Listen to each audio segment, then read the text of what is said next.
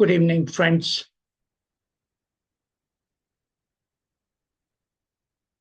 Welcome to Module 15 of our Principles of Management lecture series. Today, we are diving into one of the most crucial functions of management, that is controlling. This module is brought to you by our channel, B School, Dr. D.V.Ramana, PhD Management, an initiative of Ramadevi Foundation, Hyderabad. And this module is presented by Professor Dr. D.V.Ramana, PhD Management. Let us discover how organizations track performance, make real-time decisions, and stay aligned with their goals through powerful control processes and techniques. Let us learn how effective control turns strategy into results. Stay tuned. So what this module covers? It covers the concept and basics of controlling, control process, the prerequisites and requirements for effective control, the techniques of managerial control, and the real-life examples and case studies. The learning objectives of this module. By the end of this module, you will be able to understand the meaning and nature of controlling, describe the control process in organizations, identify the key requirements for effective control, and apply modern techniques of control in real-world business scenarios. Now, the concept and basics of controlling. Controlling is the process of ensuring that actual activities conform to planned activities.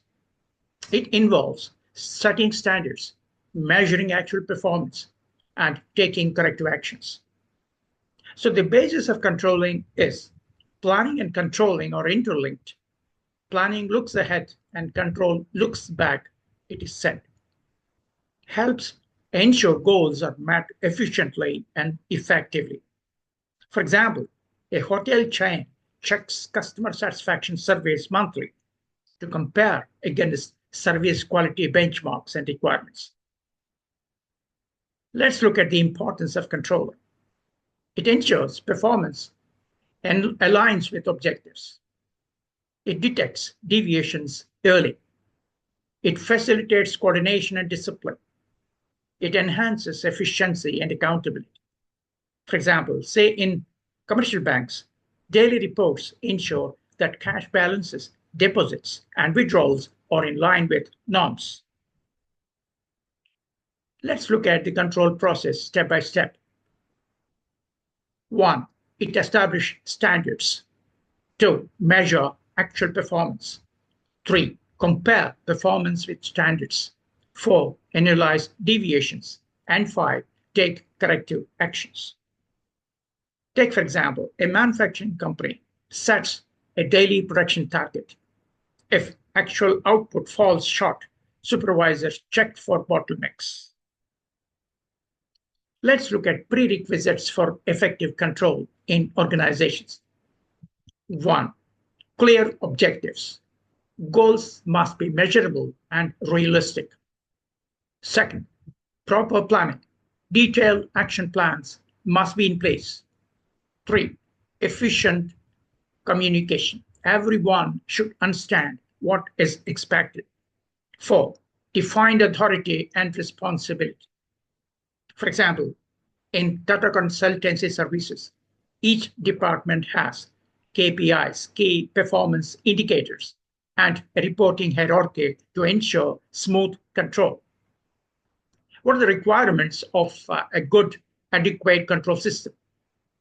An effective control system must be 1. Accurate, based on reliable data. 2. Timely reports must be generated very quickly. 3. Flexible and can adjust to environmental changes. 4. Economical, not too costly to implement. And 5. Acceptable, widely accepted by employees. For example, Google's OKRs, meaning objectives and key results system, is very transparent, measurable, and accepted across departments. Let's look at the techniques of control, traditional methods. 1. Budgetary control, planning and controlling through budgets. Example, marketing budget is allocated per quarter. Deviations lead to adjustments. Second, statistical reports like graphs, charts, and ratios help visualize performance. And 3, break-even analysis evaluates cost, volume, profit relationships. And 4, preparation of financial statements like profit and loss account, balance sheet, cash flow statements, etc. Techniques of control, modern techniques. 1, management information system. Timely reports using software tools for decision making. Second, responsibility accounting. Managers are accountable for their own department's performance. 3, management audit. Independent review of managerial performance and decisions. And 4, balanced scorecard. It measures financial and non-financial key performance indicators like customer, internal process, learning, and growth. Let's take a few case studies for discussion. Case study 1 is Walmart. Company is Walmart. The practice is it uses real-time inventory tracking systems and management information systems to control supply chain.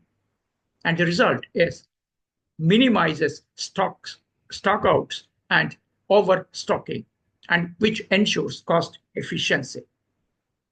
This second case study is all about the company Infosys. The practice is performance appraisal and quality control through regular metrics and audits. The result, it maintains high client satisfaction and global service standards. So challenges in controlling. Yes, there are some challenges in controlling. 1, resistance from employees. 2, inadequate data or outdated systems. 3, overemphasis on short-term metrics. 4, external environmental changes. For example, COVID-19 disrupted supply chain controls globally despite the best systems in place. So what are the key learnings from this module? 1, control is a very critical management function that ensures goals are met. Second, it requires standards, performance measurement, and corrective action. 3, effective control systems are timely, economical, and acceptable. And 4, modern techniques like management information systems and balanced scorecard improve accuracy. Thank you for watching. That wraps up our session on controlling, the compass that keeps businesses on course. If you found value in this session, don't forget to like, share, and subscribe to our channel. Drop your thoughts or questions in the comment section. We love hearing from you, and stay connected for our future modules. Until then, keep managing with a purpose. Thank you and good luck.